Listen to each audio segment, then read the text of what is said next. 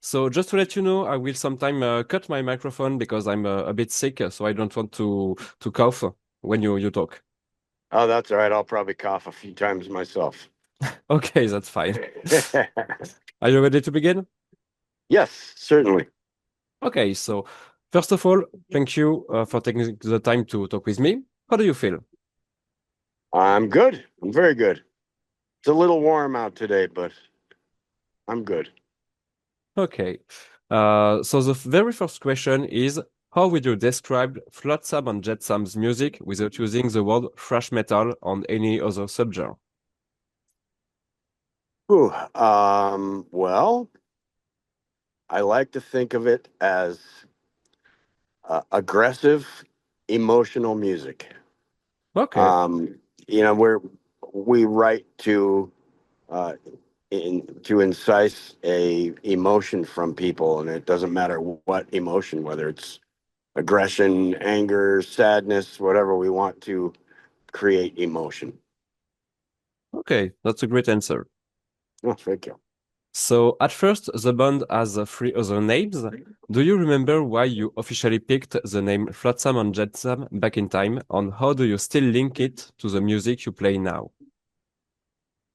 That was a Jason Newsted thing. He was reading one of the Hobbit books, the J.R. Tolkien books, Okay, and I think it was either a chapter title or two characters in the story named Flotsam and Jetsam, and they got lost, I guess, out exploring. And then Jason looked it up, and it means wreckage and garbage from a shipwreck. And it also means like homeless people and bag ladies and people who live in the street. And it's just kind of a misfit kind of a name. And we felt like that kind of fit us well. okay, interesting. So Flotsam and Jetsam will soon release its 17th album, named Rats in the Temple. How do you feel about the album? I think it's up to par with the last two or three at least. And it was definitely turned out better than we had hoped, and we put a lot of work into this one. So we hope that the public loves it as much as we do. Okay. Maybe you could sum up Rats in the Temple in only three words? Wow, three words. I'm gonna say I don't know. Another attempt at aggression. Okay, that really fits.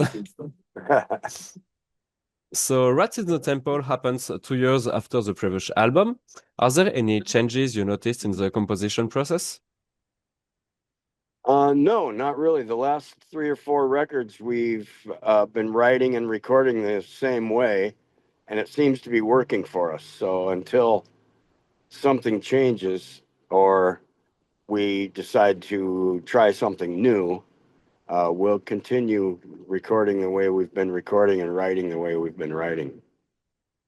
Okay, so absolutely nothing new, just your recipe. Yes, yes. Okay. So, Flotsam and Jetsam sound is of course rooted in thrash metal and now reach more than 40 years of career. Maybe there are some bands you could quote as influences. Um, there's a lot of bands that are influences on us. Of course, when we started, it was the biggies, Dio, Iron Maiden, Judas Priest. Um, Once we had our first record out, that's when Metallica started getting into the scene really big, and that had quite an influence on us too. But it's just the main staple, big name metal guys that were around in the mid '80s. Okay. And maybe you have some other influences apart from music to create your music and to write lyrics.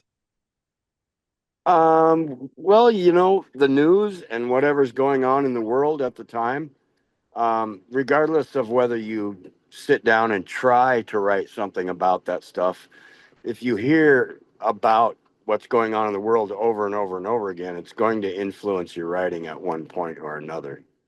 So even if I didn't sit down and go, I'm going to write a song about, the whatever's going on in Iran or whatever, um, that definitely has an influence on your thought process because you hear about it all day, every day. Yeah, of course. But I usually listen to the music, see what kind of emotion it strikes in me, and then that's where I start my writing process as far as lyrics. Okay. So maybe you have a personal favorite song on Rats in the Temple? That's a tough one because I like almost all of them. I think that Harvesting the Hate is one of my favorites. Okay. Rats in the Temple, of course, is one of my favorites, and geez, there's a lot of them on there that I like a lot. So be hard to pick one favorite out of them. Yeah, of course. And maybe there was one which was the hardest one to complete for you as a vocalist? A Taste for War Okay. was difficult because Ken and I just couldn't agree on one little part. It really bugged me. He really loved it, and we battled back and forth about that for a long time. And Ken finally won, like he usually does. So we left the part in. It hasn't bothered anyone but me since. So it was just one of my taste things.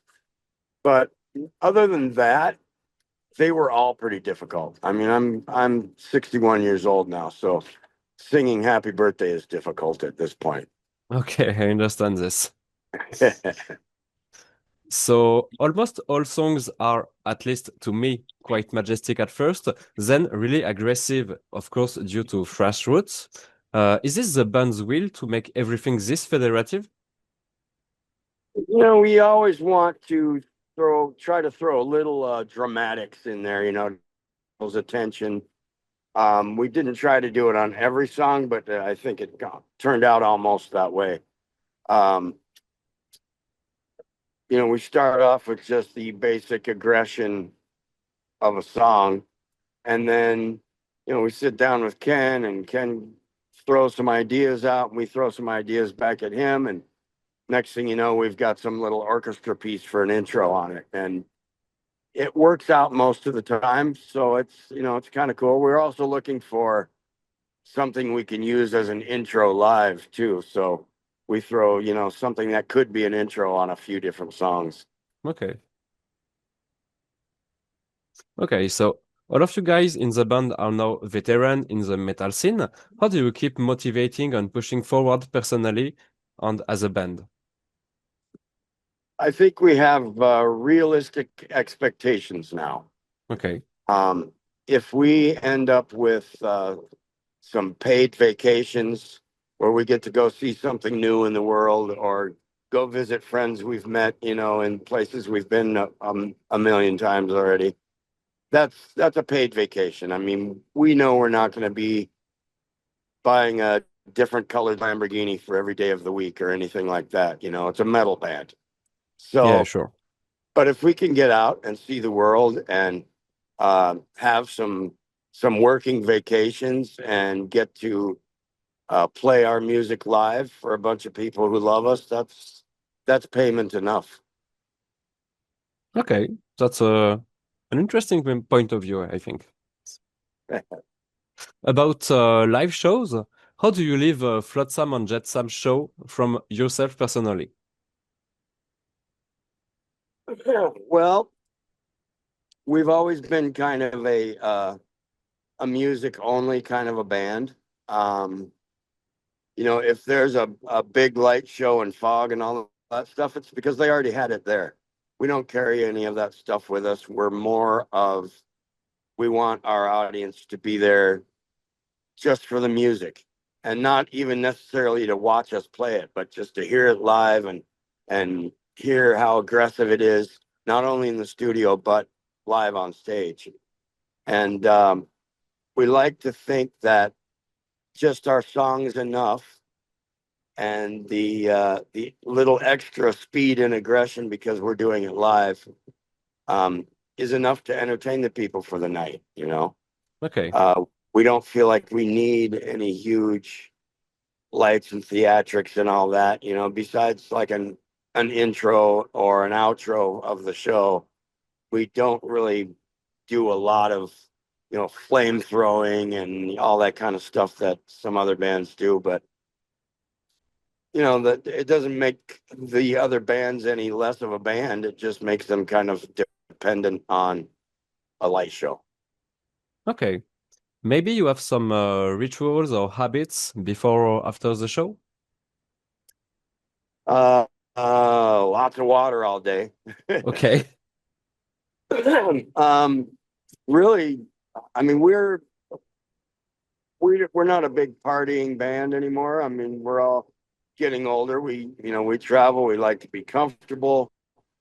We like to go someplace nice to eat every night, and then when the show's over, we talk to as many fans as we can, sign as many things as they want us to, and then we're off to turn in for the night. Usually, we like to get our sleep so we can do the same show the next night.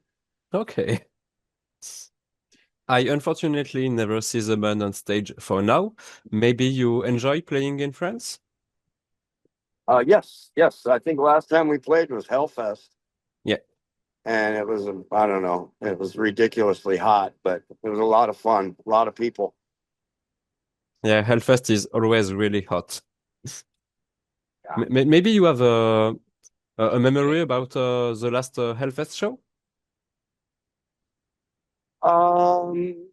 Just seeing other bands that we've toured with in the past, and meeting people we haven't seen in quite a while. There's a lot of bands that we've become friends with over the years, and it's kind of nice to see them at a festival and hang out and have a beer with them, and talk about what's new and what isn't. So, I mean, other than that, the crowd is always my biggest memory. Okay. So you recently did a few shows in Europe back in May and June. How were those shows? They were great. The last couple little 2-week tours we've done in Europe were amazing. If the shows weren't sold out, they were almost sold out. So it's been really nice. I think these last few records have done a lot for us. Okay, and how did you build the set list between the new album coming and also so much material from the past? Yeah, there's always a couple songs from the first two records that we have to play, Yeah, of course. or people get angry if we don't. And then we want to push the newer stuff. So, there's a whole middle of the career that kind of gets left out sometimes because, we're out on tour to push the new record, and we have to play the old stuff. So that kind of limits the rest of our set list. Yeah, okay. So what will come next for Flotsam and Jetsam after the album release? Maybe you already have some plans? We have a lot of touring plans the rest of this year. Okay. We're doing some LA stuff, and then we're going to Australia, New Zealand, and then November we start, I think, a 4 or 5 week European tour. We're doing a week in Spain, and then we go to um, Poland and Greece, and then we're back over into Central Europe, and I think we're touring till almost Christmas, so it's going to be interesting. Okay, that's gonna be huge. Yeah. So now we will come to the end of the interview with some lighter questions. Maybe you heard about the French metal scene, and maybe you like some bands from France? I'm horrible with band names, but there's a lot of good young bands coming out right now who are leaning towards the good old 80s thrash metal. And it's nice to see that starting to resurgent a little bit. Okay. And now, an imagination question. Are there any bands you would like to play with? And I would let you create your dream poster with Flotsam and Jetsam headlining on three other bands. Ooh. Well, as far as playing with bigger bands, I still have always wanted to do a tour or at least a couple shows with Metallica. That would be nice. Okay. Um, we've played with so many bands. It's like I've checked them all off my bucket list. So, um, there are, like I say, I'm horrible with new bands names, but there are some bands out there I've heard recently, and I think they're going to be a big draw if they're not already. And it would be nice to take, a couple of the bands that I believe have something going for them out on tour with us to watch them grow as a band and as a touring company. Okay, okay. So last on the most funny question, with which dish or drink would you compare Flotsam and Jetsam's music? Ooh, that's a good one. Thank you. I'm gonna go with my favorite. It's Flotsam and Jetsam is a Jack Daniels and Coke. That's a really great pick. I definitely agree.